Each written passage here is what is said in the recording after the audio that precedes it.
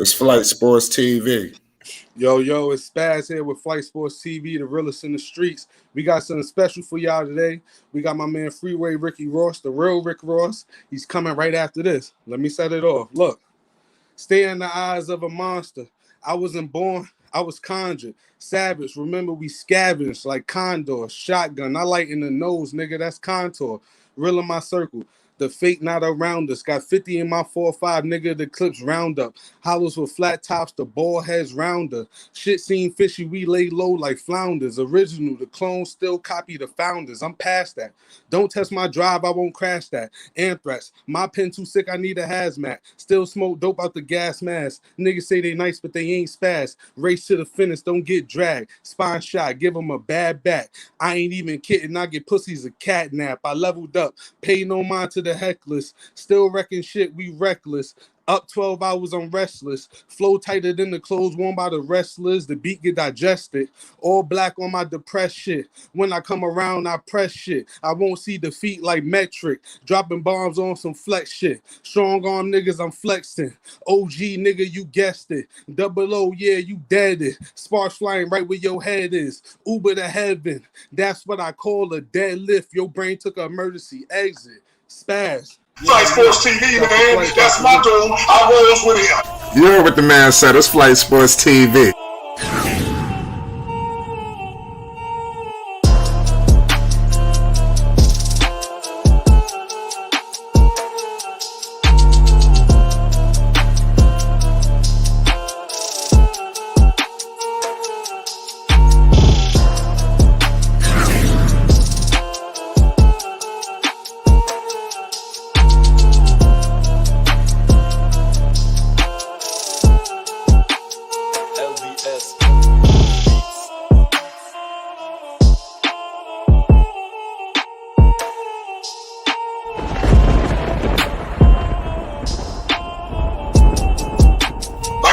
Flight Sports TV, that's where it's at. Flight Sports TV.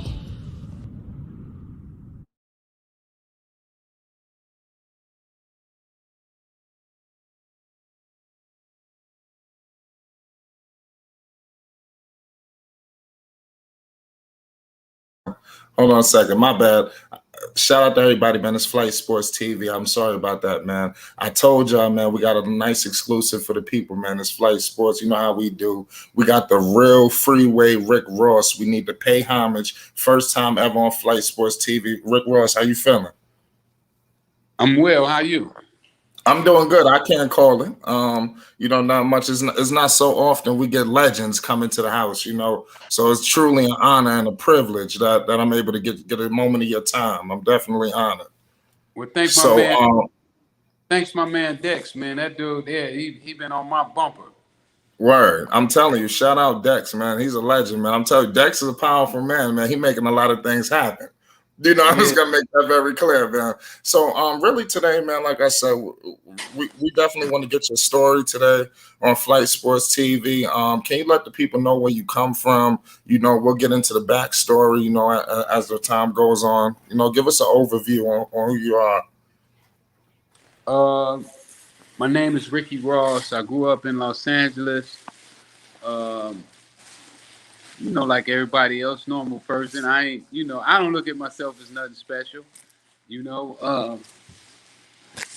Played tennis coming up. Thought sports would be my way out of the ghetto, and never learned to read and write. So when it was time to graduate from high school, thought I was gonna be going to college, and they was like, "Fool, you ain't going to no college with them grades." Right. Man, I mean, you definitely like a legend, man. For everybody kind of know the history, what's going on, the history, like, the game that you was involved in, and you kind of the way you survived it, that today at Flight Sports, we kind of want to give people an overview on how it looks, the game, and then the survival, because you're a true legend to survive this. I don't think it should go unnoticed, man. You survived the belly of the beast, man. And we're gonna touch on all of that today. So can you let the people know where you from at Los Angeles? South Central. South Central LA. Right. And how'd you get your name, Freeway Rick Ross? I was looking into it. I heard you got it from the 110 Freeway. Can you explain a little bit of that? Yeah, when we were young, we used to strip our cars on the side of the freeway. So this brother by the name of Jay Clayton, he started calling us the Freeway Boys, and it stuck. Right. That's crazy. Like here at Flight Sports TV, like I said, we run a sports channel, but like I said, we definitely want to bring people in here, to bring a different perspective on life. Shout out to my new media brother over here, DJ in the building. So let the kids know why they shouldn't join the drug game, because a lot of people see the glitz, the glamour, and things of that nature. Why should kids steer away from that? Give kids something that'll stick with them today.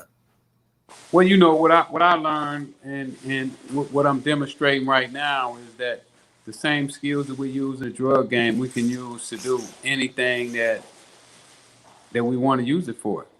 Right now, I'm about to take over boxing. The marijuana industry is literally being handed over to me on the silver platter. What I'm doing, man, I don't know. Man, I'm doing so much. My book, music. Yeah, we're gonna definitely get into the book. Like I said, you definitely transcend. It's almost like you have such a legendary past, but it's getting even more legendary. Is that safe to say? I would say so. That's what I'm saying. You're talking about the book, the marijuana. If it was somebody beside me, I would say that. Yeah, that's what I'm saying. The list goes on. Let's get into the marijuana industry for a second, because like you from Los Angeles, I'm from New York. It seems to be like a let up on that, where it's pretty much legal for recreational use. But what do you think is the stigma on marijuana in the country? Do you still feel like it's definitely still a bad stigma against marijuana? Talk to the people today.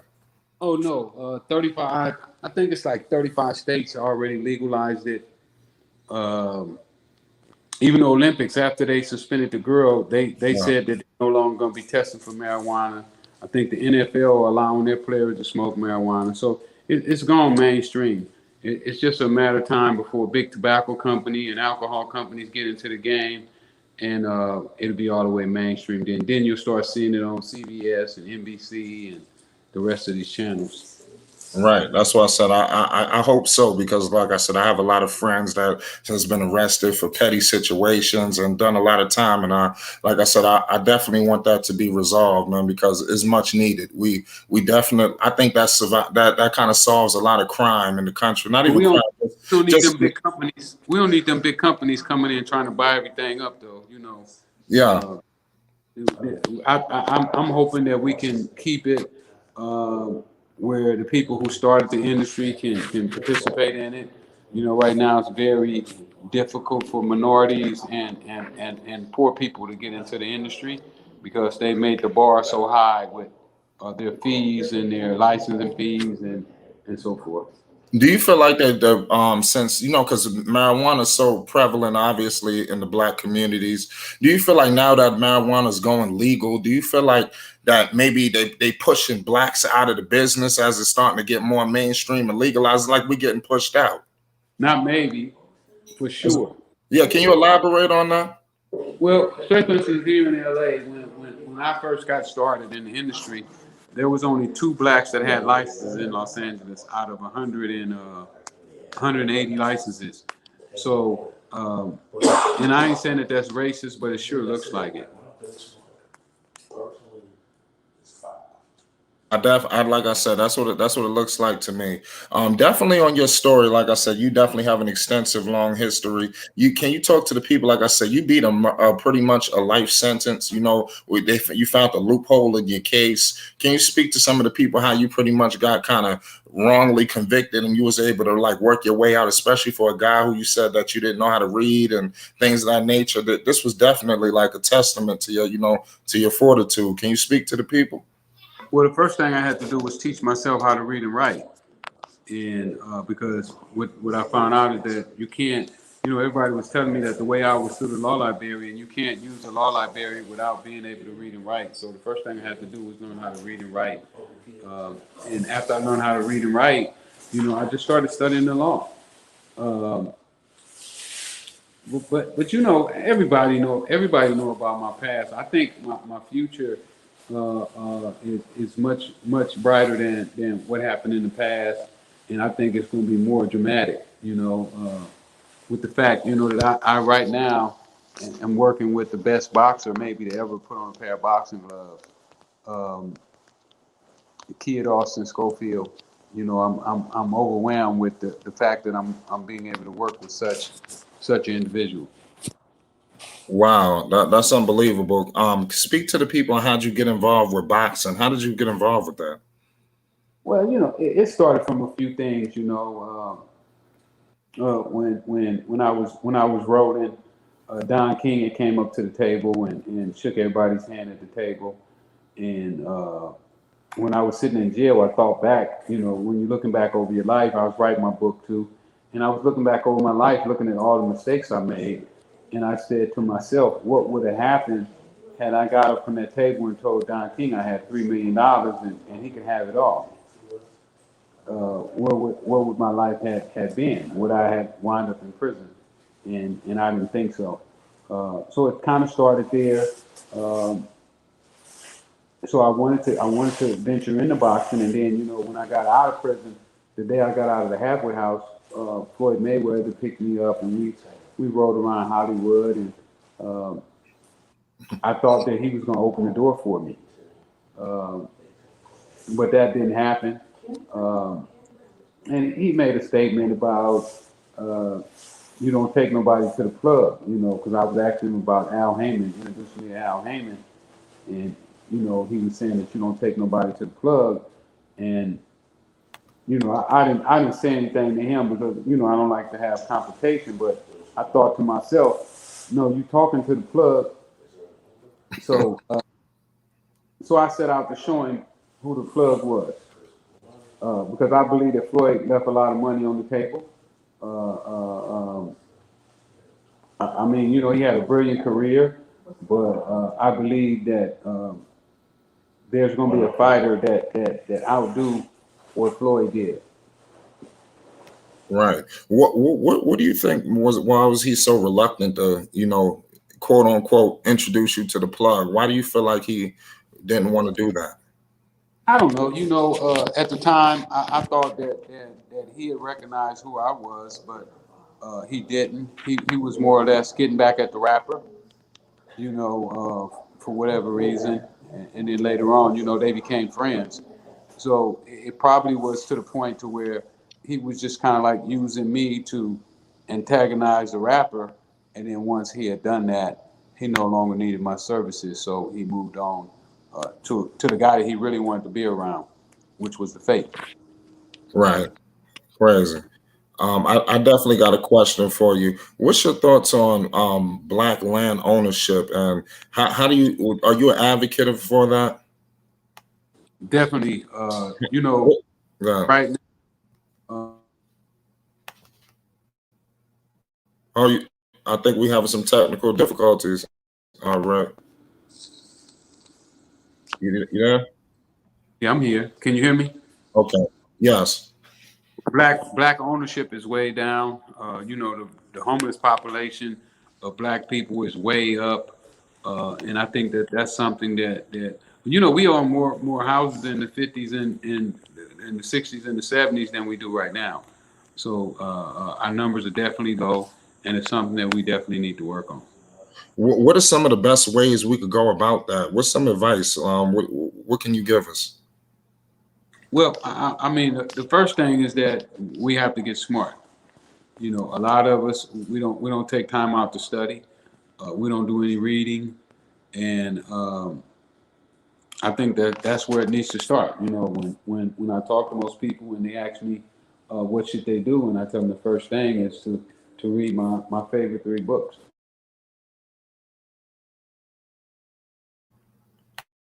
You said read your books? I said to read my favorite 3. Can you hear me? Oh, can you speak to me? Yes, I'm sorry. You kind of went in and out towards the end. What are your favorite 3 books? Let us know so we could check it out. They don't know what they are, man. Many times I done told people about them books. They know. Okay, good. All right. I'm just making sure that everybody checked out. So, like They I ain't said, gonna read. They ain't gonna read them. They don't want no money. well, like I said, we got Rick Ross. He got a book out, and we all need to support Rick Ross. Like I said, he's definitely a legend. He's They don't definitely have still to, they don't have to support my book. My book already a bestseller. It's a ghetto bestseller already. right. So I don't. But they should read. My man said, "Think and Grow Rich," "The Richest Man in Babylon," and "As a Woman Think" or "As a Man Think." They definitely should read them and get their game up. Well, my book is good. They gonna read it one day, but they gonna wait until Oprah and NBC and and those guys tell them that it was a great book before they pick it up. Right. That's so unfortunate today in society. We still got to go through that. Like I said, we got to definitely support Ross's book. It's been out. You've definitely done some high profile interviews. I'd like to know what was your thoughts on interviewing with Nori? Like I said, and he's a New York legend. What's your thoughts on Noriega? Because like that's one of my favorite rappers growing up. What was that experience like? I enjoyed the interview with Nori. They tricked me. It was my birthday, and they got me champagne. So I might have been a little bit out of my character. But for the most part, it was a great interview. And I want to go back on there. I want to take Kid Austin on there and introduce him to Nori and the guys because he's one of the best kept secrets right now. I think the world is. They almost slipping on him like they slipped on me. Uh, uh, I couldn't believe that one of the big promoters didn't lock him down. Yeah. Why do you feel like that he didn't get locked down? I beat him to the punch. Yeah. That's sometimes you got to do that. They ain't on the streets. They up in those big offices. You know, with the secretaries, and then they send people out to the streets that know absolutely nothing about the streets to do their scouting and do their investigation. And when you working with people who don't really know what they're doing or who are intimidated or afraid, they come back with bad information. Right. So for Rick Ross, the talent evaluator is a young boxer out there, right? What is Rick Ross looking for in a young boxer? What are you evaluating in an up and coming fighter? Well, it's the same thing that I look for in everybody that I deal with. Do you listen? Can you hear? Most people can't hear. Uh, and what I mean by that, when you talk to them, they hear you, but they don't really hear you. If that makes sense.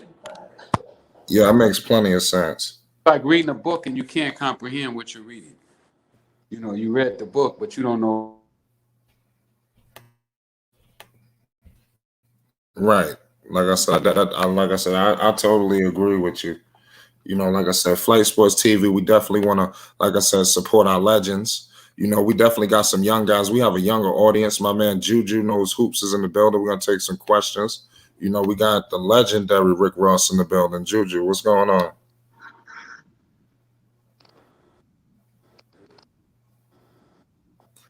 Well, Dex, you there?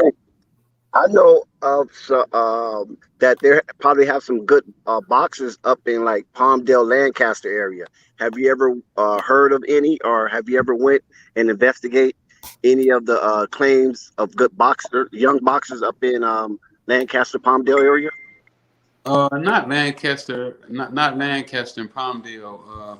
I've been out to Riverside though. I've been to Robert Garcia's gym. Robert has gym with a lot of world champs there. I've been out there a few times. Uh, but mostly, I've been scouting on the East Coast and South. Did you find anybody that was really intriguing down south? Uh, Let me see who from down south that I really like. Well, right now, like I said, my main guy is Kid Austin. Uh, um, he's 7-0, 18 years old. Um, I think 11-time national champ. I got another kid, Nafir Charles, out of Philadelphia. He's 7-0-1. He also has about 5 or 6 national titles, and also Titus Williams out of New York, who was signed to Al Haymon. He had a big contract, but he got dropped. So I'm helping him rebuild his career right now, and that's what I was saying. I believe that I can take somebody who is not the best, and if they listen and pay attention, I can show them how to get to the top. Um, and then I'm also trying to sign Anthony Peterson, who is an older fighter, but he's 38-1, so he's had a pretty good career, and we believe that he'll be ready for a title fight in about 3 fights. Cool. Is it a Right. particular weight class you're looking at, or is any weight class you're accepting? It don't matter. I just want to help guys who box because I believe that they've been getting a raw deal, and I think that I can do better with helping them get their money up than the guys who are helping them right now. Right. How long have you been, had interest in boxing? Has it always been an interest of yours, or has it been just recent? Not really. I don't really have to have interest in something to do it. I just tell myself that I'm good, and then I make myself get interested in it. Right. And are you financing these ventures on your own, or you have a body of investors that's helping you with the finances of these fighters? Everything I do is independent. Mainstream they don't really want to be bothered with me. Well, why is that? I don't know. They say I'm hard to deal with, because I don't work for candy bars and sodas and tennis shoes. I don't work for that stuff. Yeah, you're trying to be fairly compensated. Yeah, they try to give you a car. And, well, we're going to give you a Mercedes. Be like, what am I going to do? Give me the pink slip. You keep the pink. Now, are there any kind of adventures out there that the young entrepreneurs or the young wannabe entrepreneurs to pursue something that's up and coming that they might not be aware of? Well, I like I said, they should read those books that I mentioned earlier. I'll go back to that, and they should learn the principles of those books because those principles are just as certain as if you throw a ball in the air, it's going to come back down. And if you're an entrepreneur and you don't know those principles, then you're kind of like working with one leg almost. Right, because a lot of our viewership and a lot of the young brothers that come on our panel and be in our chat, they're like 25 and under. So we kind of cater. Age don't matter, Dexter. I could take a 12-year-old kid and make them a millionaire if they listen. If they can listen and pay attention, I can make them a millionaire. Even if they can't read, can't write, can barely talk, all that stuff don't matter because these principles will overcome any barriers that you come in contact with. I mean, look at me. I know nothing about boxing. But here I am, wound up with 2 guys, and I almost had about 4 Olympic guys, but they was too smart. So they went and signed with other people, and now Kid is about to be the cream of the crop of boxing. Yeah, that's gonna be unbelievable. We definitely need to look out for you guys. Where can people follow your fighters when they're for the upcoming events? They can follow Kid at Kid Austin. If you put in Kid on the Instagram, he'll be the first one to pop up. Nafir is Nafir Charles and Titus Williams. All of them Instagrams is in their name, and Anthony Peterson as well. All their names are on their thing. But they're all you can get in contact with them off my social media. Freeway Rick on Instagram and Freeway Ricky Ross on Facebook. Right. And what about your t-shirts? Where can people check out your shirts if they want to get some of your merchandise? They can buy my t-shirts from FreewayRickyRoss.com. They can get my books there as well. Don't go to Amazon and buy my stuff. If you buy from Amazon, I ain't gonna sign it. You know, like Jeff Bezos. Yeah, Amazon is not what they're not taking care of business. He take too much of the money. Right. Yeah, it's crazy. Business is crazy. He ain't the richest in the world for nothing. Yeah, right. Unbelievable. Hey, right now somebody gonna pass him too. Yeah, that's crazy. What is it like, kind of like going through business, you know, especially a guy, you know, coming from, the streets, you know, what is it like mingling in business now? You know, because sometimes people, they don't keep it 100, you know, people flake on you. People are not, they're just not keeping it real all the time. What is it like dealing with business like that? Because, you know, it's not fair. Well, you go in with open mind, hoping that they do the right thing, but always expecting that they're not going to do it. And I like people to underestimate.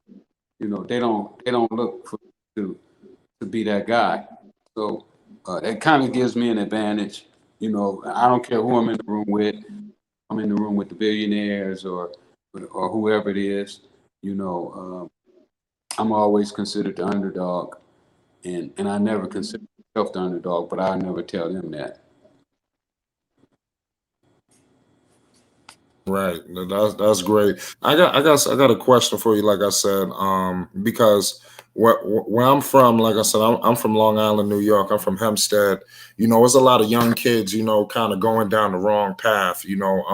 If you could speak to a kid right now, in the streets, give them some advice right now from Rick Ross. Today, what can you tell a kid today in the streets right now? Well, he can be the conductor of his life, and he can take his life and he can mold himself into being whatever it is in life that he wants to be. But he has to do it himself. He can't wait around and hope that somebody else come along and take the time out and put his life together for him. We have to take control of our own lives and put it together for ourselves. Right. That's why I said I think that was definitely a great answer. Like I said, kids, you got to do things for yourself, and just stay on the right path, and everything's gonna work out for you, God willing, But like I said, Ross, today it was definitely an honor to have you. Do you have any shout outs you want to give out tonight? Yeah, shout out to everybody. Follow me on Instagram. You might get some game because I'll be on there busting game sometimes when I get high off them edibles. I be eating my own product, so right. I'm violating one of the rules. I eat my own product at night. Right. What, you got some products over there? Yeah, all the time. I got about 4 or 5 different strains right now. I got 4 brands or 5 brands. So we kicking up a little bit of dust. Yeah, that's why I said here at Flight Sports TV, we salute you. We support everything you do. Like I said, here we definitely like to highlight the positivity. You have so much positive things going on. And at Flight Sports TV, if there's anything that you ever want to promote, this door is open for you at any given moment.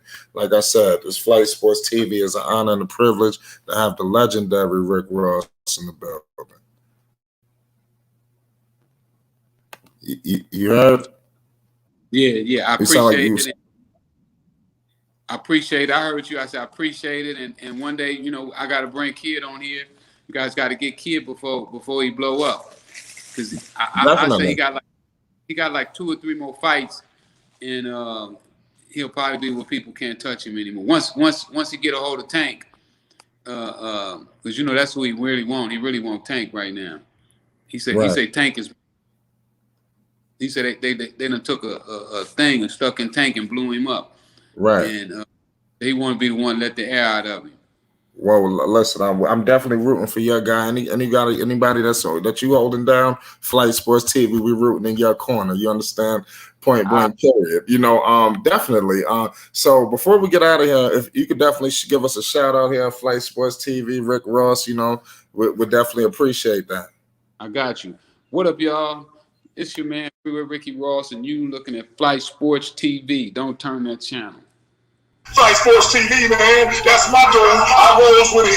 You heard what the man said. It's Flight Sports TV.